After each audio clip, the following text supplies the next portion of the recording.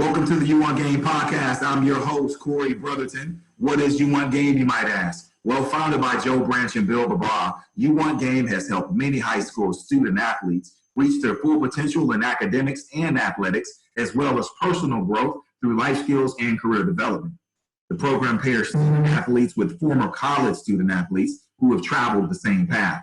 In addition to that, there are speaker series and seminars where professionals from various backgrounds are brought in to speak to the student athletes and to give them a look at the game behind the game. The speaker series is designed to inspire high school students to develop into lifelong leaders. The UWANTGAME Scholarship Fund awards leadership scholarships to deserving high school students. Go to uwantgame.org for more information on the organization. Today on the UWANTGAME podcast, we have Barry Gardner. Barry is an 8-year NFL vet who played for the Philadelphia Eagles, Cleveland Browns, New York Jets, and the New England Patriots. After retiring from the league and discovering his passion of mentoring players, he launched his sports firm, BEGREAT Sports. What's up, BG? What's up, C? How you doing, man?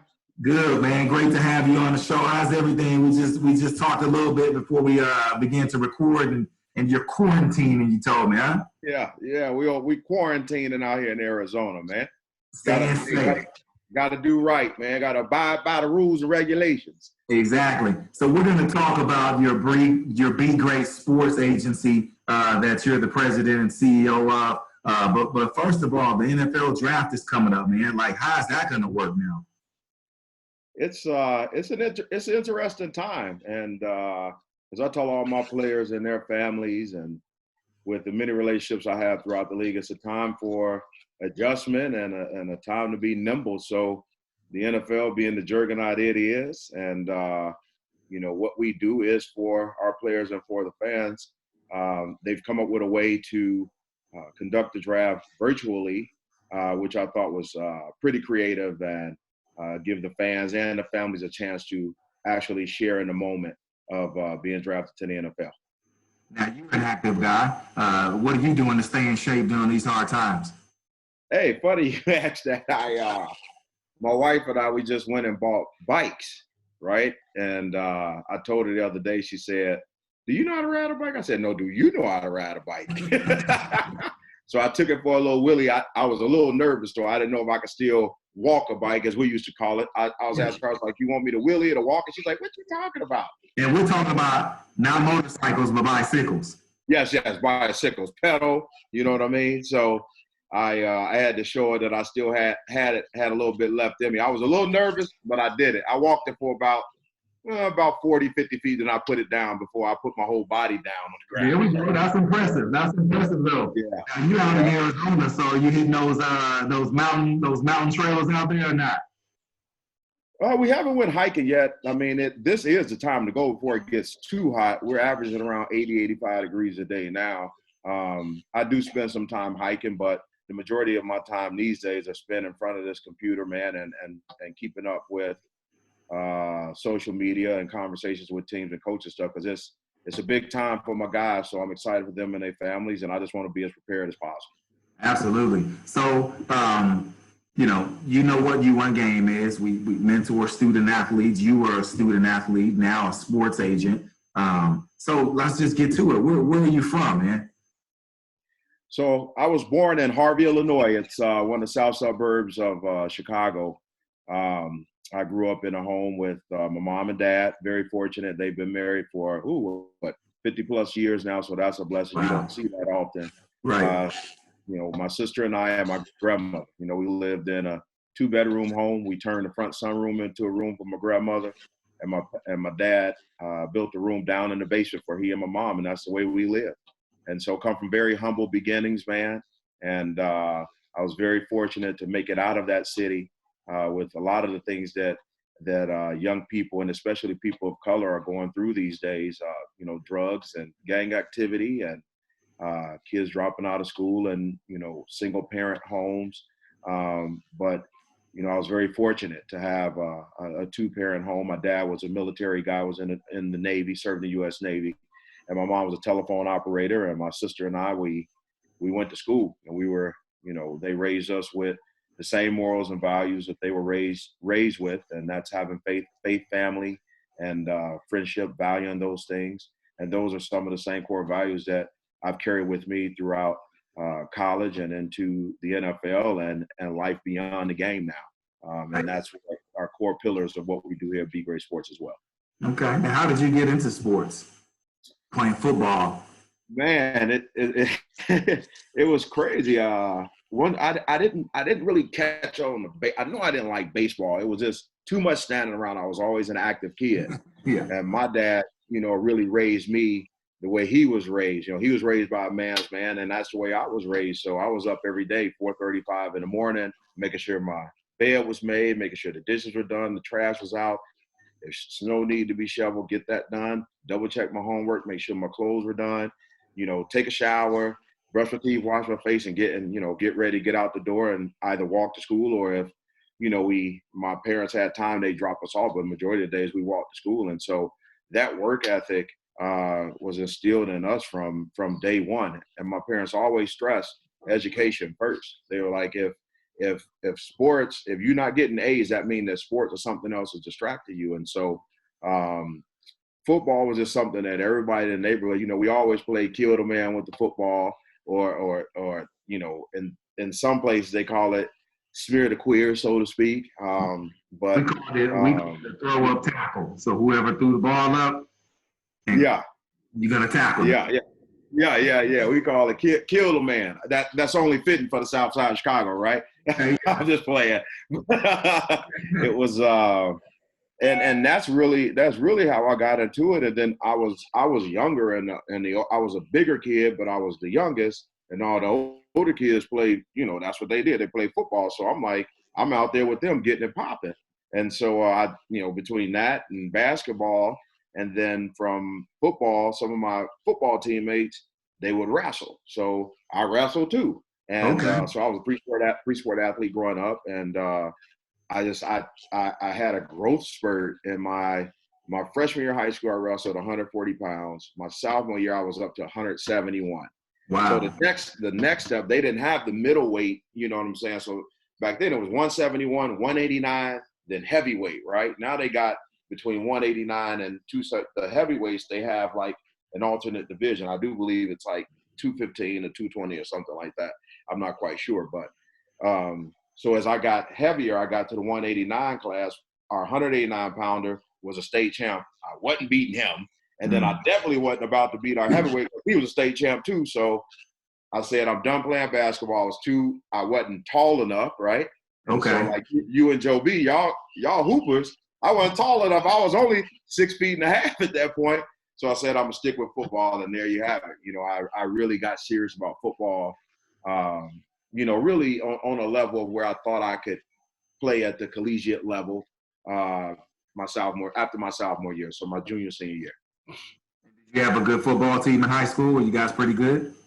We were really good, man. It's crazy because I tell people all the time, of the guys that I played with in high school, we had 8 players that played in the NFL. So wow. Jack Golden, Antoine Randall, Sam Williams, Winfield Garnett, Napoleon Harris, and I'm missing 2. I'm blanking on them right now. But our high school was, even growing up in the so-called hood, we had great education. The education systems were really, really good there.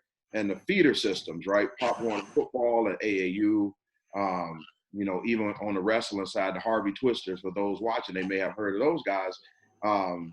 We would travel, get in, raise money to get buses or, rent vans and drive around the country and play, different cities, all over, and we would go and win. So, great group of guys, family atmosphere, despite all of the negativity and craziness that goes on. And we had, a group of amazing athletes. And I wasn't even the best athlete. Nowhere near the best athlete. But I think, God's favor and by me having the parenting that I had and the mentorship, right, surrounding myself with the right people, it allowed me the opportunity to to grow in a positive way and become somebody. And so looking back on that and looking back on from high school to college to the pros to now, you know, I have an extreme passion of just giving back, because there were people that gave back to me, Right. and So for me to make sure that I could make it and achieve my dreams on or off the field. sure, you speak highly of your parents and how they helped influence your life and build that work ethic in you. Who are some other mentors that you may have had in high school? Yeah, so I remember my very first football coach, Coach Paul Rayon, the Robbins Eagles. And so we lived in Harvey, but I played in Robbins, right? That's where my parents grew up. But we would have to drive all the way to Robbins for me to practice and play, you know. So I played there a couple of years, and then I moved over to the Harvey Colts. Coach Mays, Willie Mays, Andrew Morgan, Coach Morgan. You know, those were two guys that, you know, basically throughout my Pop Warner career, those are the two coaches that I played for that were very influential, you know, on my life. And so, you know, I'll never forget them, right? I'll never forget, you know, teachers, you know, coaches like that. You know, some of my coaches from wrestling days, my wrestling days.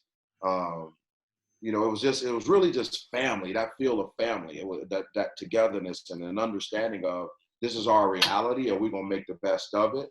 And we're going to put the right resources around you to make sure that we give you every chance to be successful. And we didn't have social media. We didn't have, I mean, the computer like the one I'm talking to you on, that didn't exist. And I think that's important for young people to remember, that you have an amazing opportunity with amazing platforms around. There weren't men like yourself and Joe B and Sweets and everyone at You Want Game that are not only doing your normal day jobs, but you're also taking the time to share your story and the relationships you have, like people myself that are also passionate about it and willing to give their time and energy and expertise to helping and mentoring and inspiring and making a major impact on young and old people today. So I applaud you guys as well. I don't like to make it about me. This is about being able to share my story, and hopefully it inspires. If it inspires one person, I'm happy. Hopefully it inspires others, but, you know, I'll come back and do this as much as you guys need me to do. It's awesome what you guys are doing. Appreciate you, man. Appreciate you. So 8 or 9 NFL guys on one team. That's amazing. Please tell me you guys won state, or at least we're close to it. Yeah. Oh yeah. So my last 2 years, we won. Wait, did we win? My junior year, we won the conference. We did win state, and then we won all of our games. My senior year, and then we got disqualified because one of the guys on the team was playing and he didn't live in the district. So back then, they started the whole districting things. Mm-hmm. They were like, yo, you know, he should be playing over at Thornwood, but he over here at Thornton, and that was that. So right. Nevertheless, they know what would happen. Yeah. Team that dominant and winning. I mean, you talked about your grades and excelling in the classroom as well. Absolutely. What was your recruiting like? What was your recruitment playing on the next level, going to college like? It's crazy, bro. So growing up, I played everywhere. I played offense, defense. I even did kickoffs sometimes when I was small. I got to high school. I played a little bit on the defensive side of the ball. Check this out. I played offensive guard, bro, my junior and senior year. Wow. Yeah, offensive guard. And crazy, right? I was 6 feet, about 220 pounds. And both offensive tackles on my line, Sam went to Oklahoma and Winfield went to Ohio State. And so he was offensive tackle. They both played. Those are both our defensive tackles. They were both 6'6", 300 plus. Our line averaged 275 pounds, and I was the smallest. But we used to get creative with it. I would pull left, pull right. I play some fullback. You know what I mean? They'd split me out. I catch the ball. So I was really what we call it today, Swiss Army knife. I could play defense, but you know, the whole team aspect of things. Yeah, that's where I was. I played offensive guard. I made the most of it, right? So I guess my wrestling background, they're like, okay, you could block because nobody can get your hands off of them, and your mentality, you drive them in the dirt. So I didn't care. I just wanted to win. Back then, it was more about winning. I didn't even have NFL on my mind. I didn't care. Like, going to school, I always knew grade-wise, that wasn't even flying at home. Like, my parents had already made it clear, A's or nothing, right? So I had to bring home A's, but I love school, right? It's like it wasn't like I was shackled to it. It was something that I truly loved. I was passionate about it, and I ended up graduating with a 3.9 and finishing number 10 out of 702 students in my senior class. Wow. Yep. So what colleges were on you? I mean, we know what happened next, but were you being recruited? Yeah. So it's crazy. I visited all of the HBCUs. I applied to Harvard, Yale, Stanford.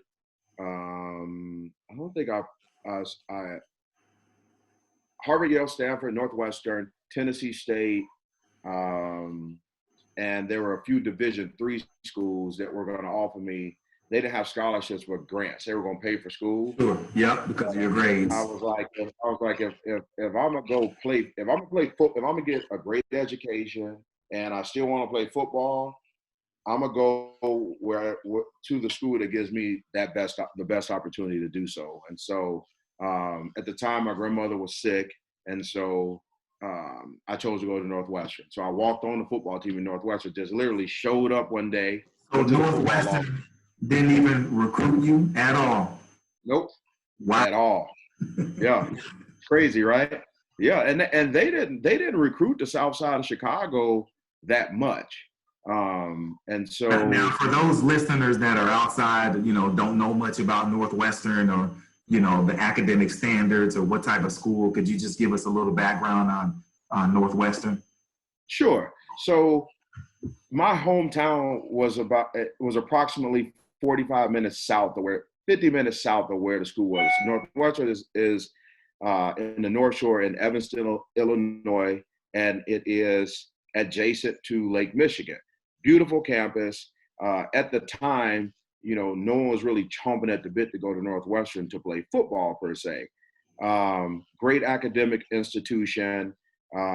It's widely considered in a lot of circles as the Ivy League of the Midwest, so to speak.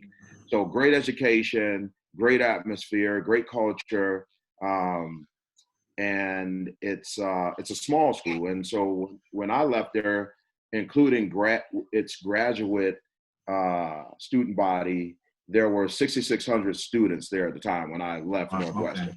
Okay. Mm-hmm. And also most important, we're in the BIG10, right? So competing on the BIG10 level against the Ohio States and Michigans and University of Illinois is very difficult to get players to come to a Northwestern, especially with the academic challenges.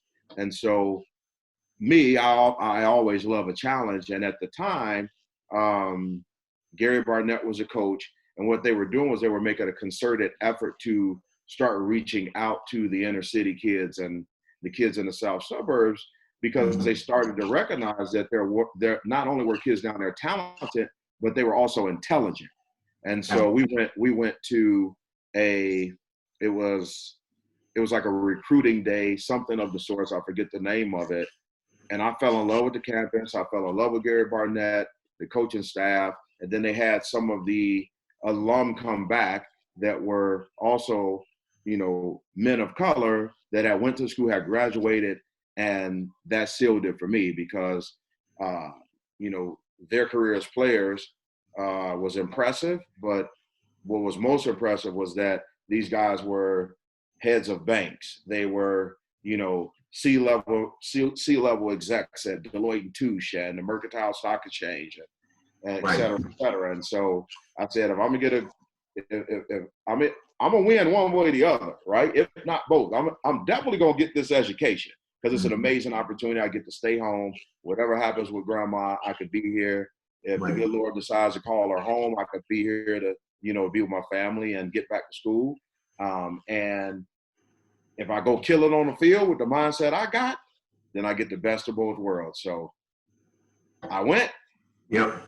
And the rest is history. So you go in as an undersized offensive lineman. Yes, sir. You wind up having a great career, All-American, all academic. You were the leader in tackles at Northwestern?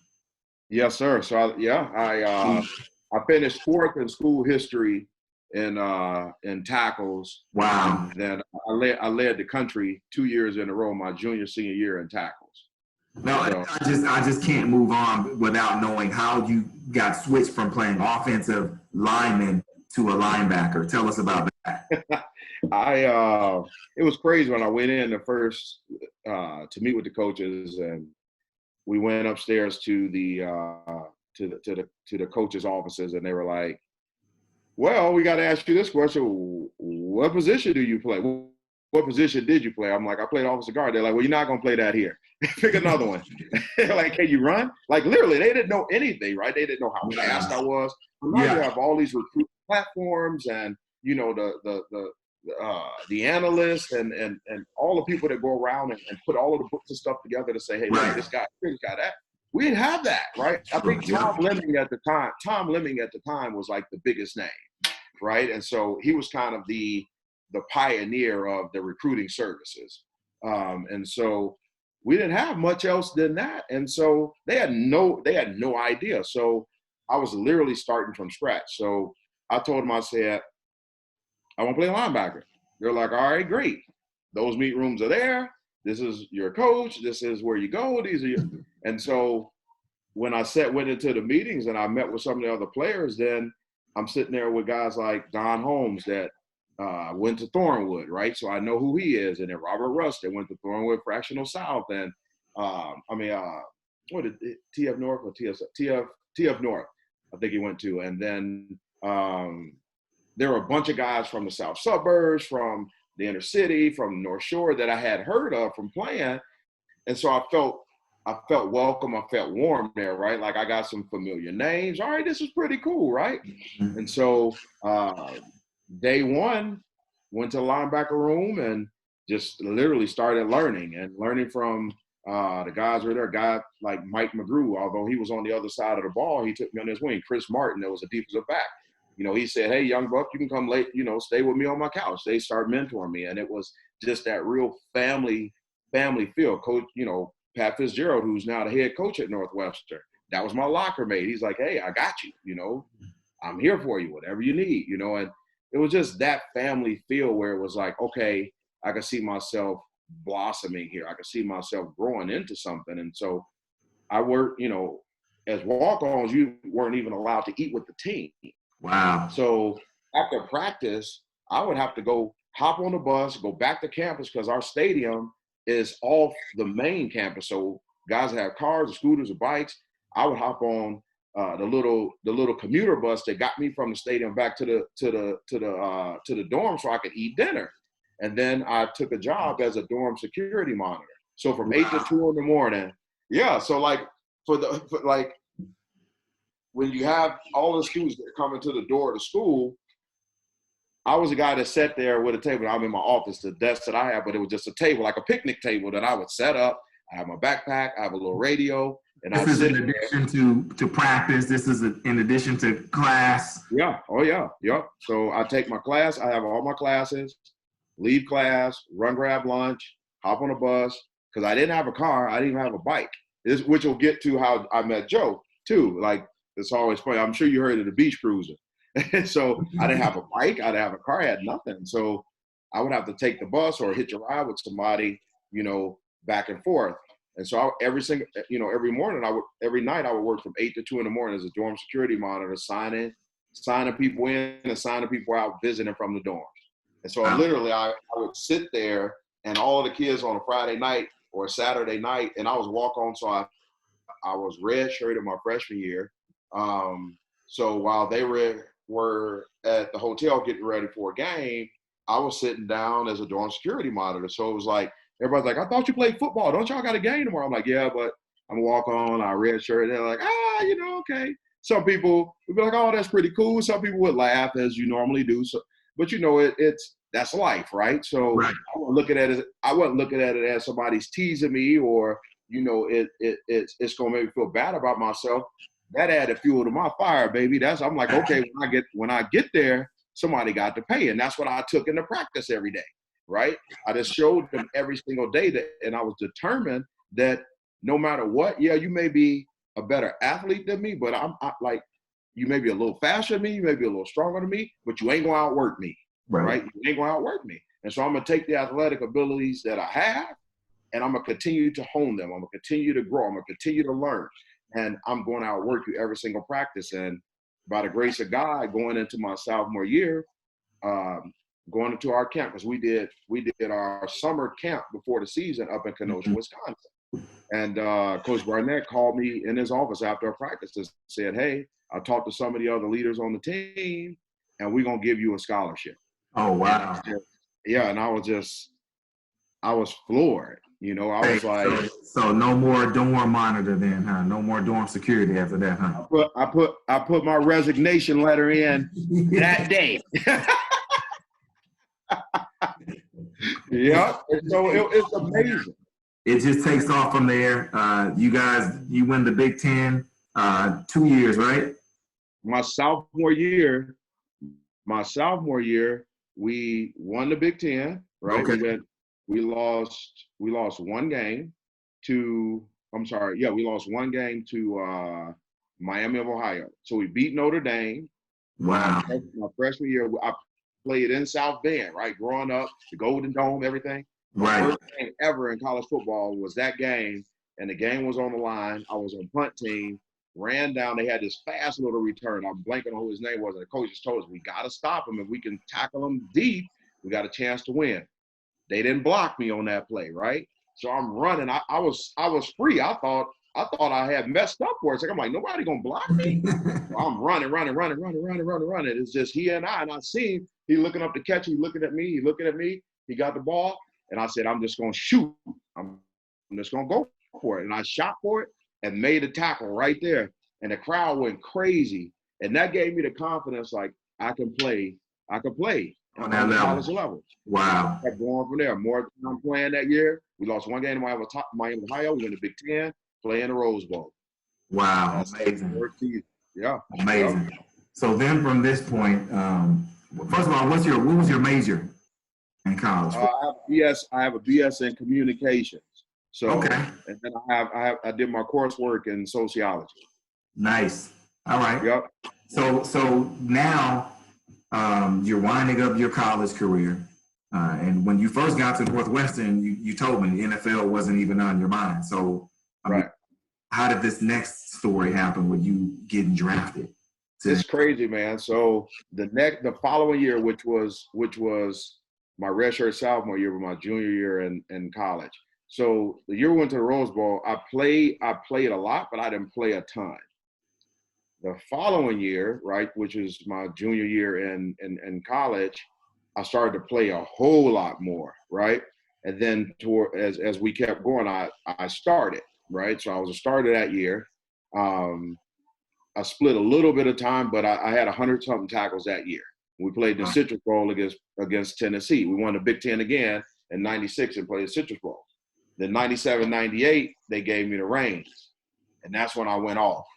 You know what I mean? I got stronger. I got faster.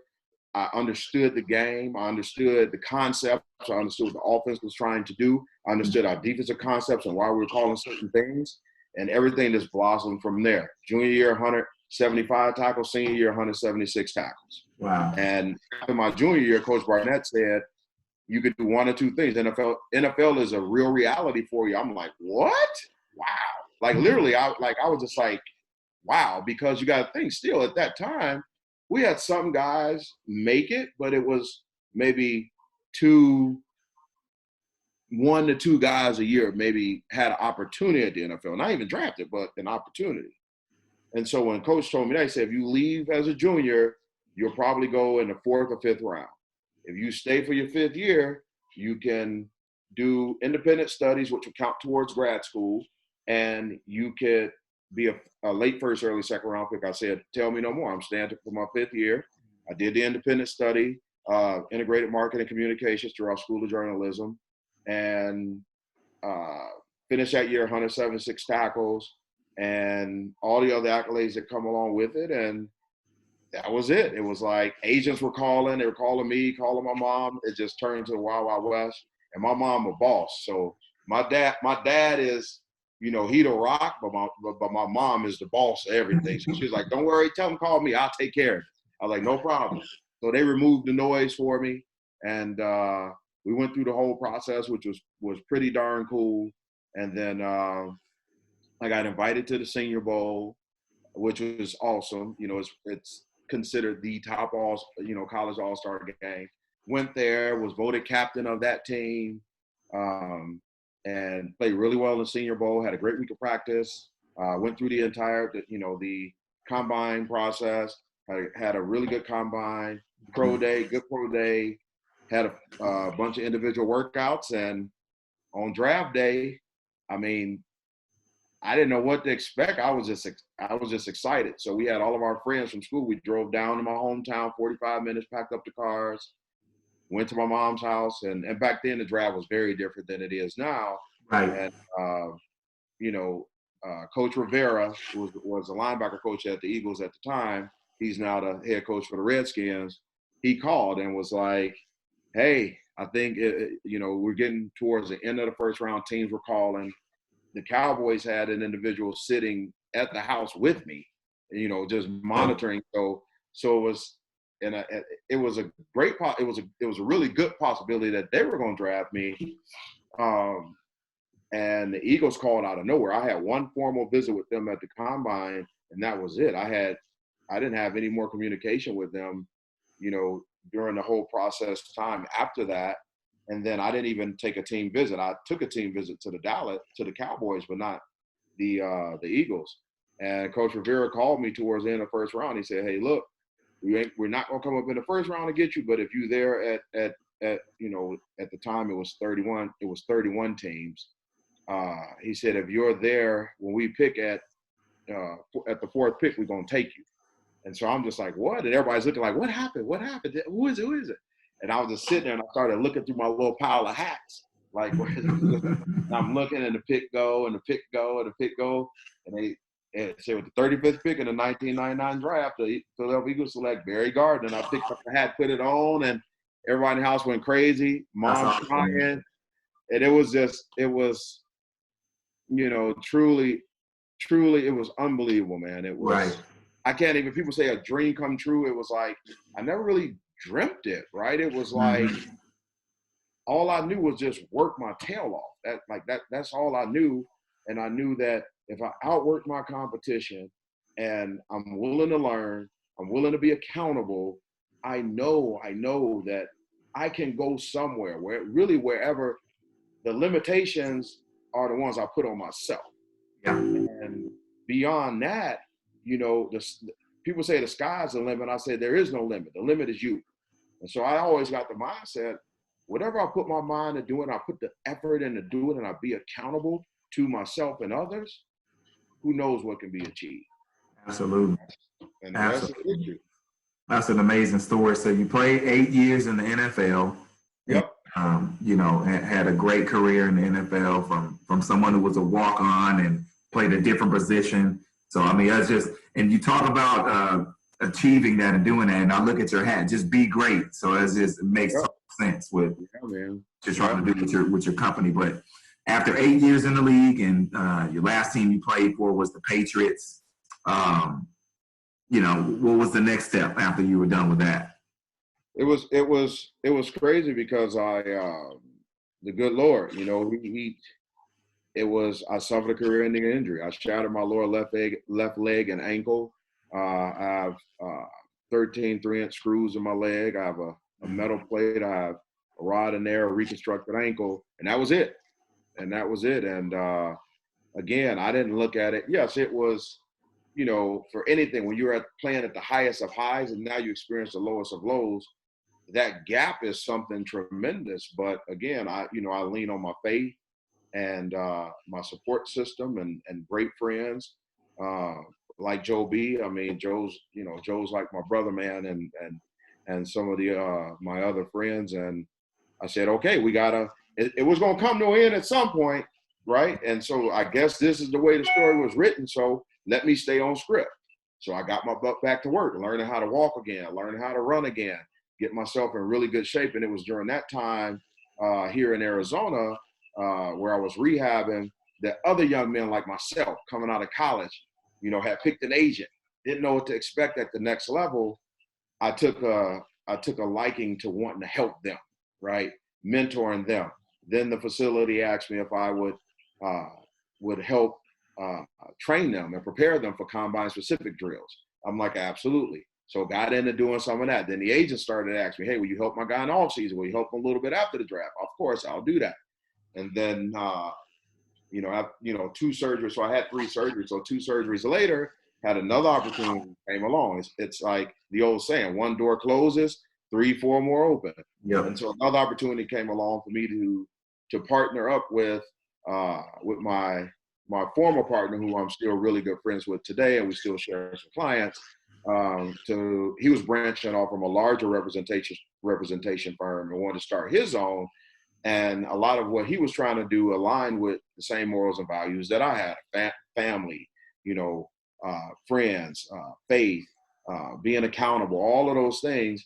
And so in 2009, we launched IFA, and I did that from 2009 to 2016, when I said, okay, now I've learned enough, and I have enough relationships and understanding of what happens on the other side of the game. And I started building BEGREAT Sports. And in July of 18, I fully launched it. Awesome, man. Awesome. So you're getting ready for the draft. You have so much knowledge to share with your athletes that you're working with now. What's some important advice that you can give a high school or college athlete, you know, so they can be great and achieve what they can achieve in life like you have? Be accountable, right? Set goals and be accountable to those goals. Be accountable to yourself. Be accountable to your parents and your loved ones and people that care about you. And, you know, do the right thing. You know, set those goals, set realistic goals. Don't be afraid to set more goals, and have a plan. And, you know, don't be too cool for school, right? You know, it doesn't matter what other people think about you. Be a pioneer, be a trendsetter, have an impact on the community, and ultimately truly live out your passion. Because at the end of the day, if you don't truly love what you do, the game when you get to this level, it's going to catch up with you. Because it's, you know, the talent level, you know, the difference is probably about that much. It's not so, but it's a matter of what's up here, right? So stay strong mentally, keep your body in shape, and your nutrition and your health. Take care of yourself mentally and physically. Set proper goals. Don't be afraid to reset those goals, or to set them higher than what you had them set, and being accountable. And always, number 1, keep the faith. Walk by faith, not by sight. Man, thanks, Barry, man. We're running out of time. We really appreciate you taking the time to tell your story. It's such an amazing story that, you know, you just push and achieve, you know, just be great. I'm looking at your hats. If you just want to be great, you can do great things. So that's it for the UWANTGAME podcast with Barry Gardner. Please shout out your social media, Barry, so they can follow you out there. Yeah, my social media is BEGREAT, BGR8 Barry G on IG, and then it's BEGREAT_sports on both on IG. So then Twitter is, I think it's what's my Twitter? I think it's Barry_A_Gardner. See, I'm still getting used to that social media thing. There we go. What about the website? The full great website, is it? It's www.begreatsports.com. Okay. All right. Well, thanks once again, Barry Gardner. Good luck to for the upcoming NFL draft. I know you're expecting some great things. Excited to see it. All right. Thank you, C. Thanks for having me. All right. Thanks, man. Take care, man. Please visit UWANTGAME.org and let us know how we can help you today. Follow our movement and join the conversation. That's it for UWANTGAME. Please check out Instagram and Facebook. Until next time, please stay safe. I'm your host, Corey Brotherton.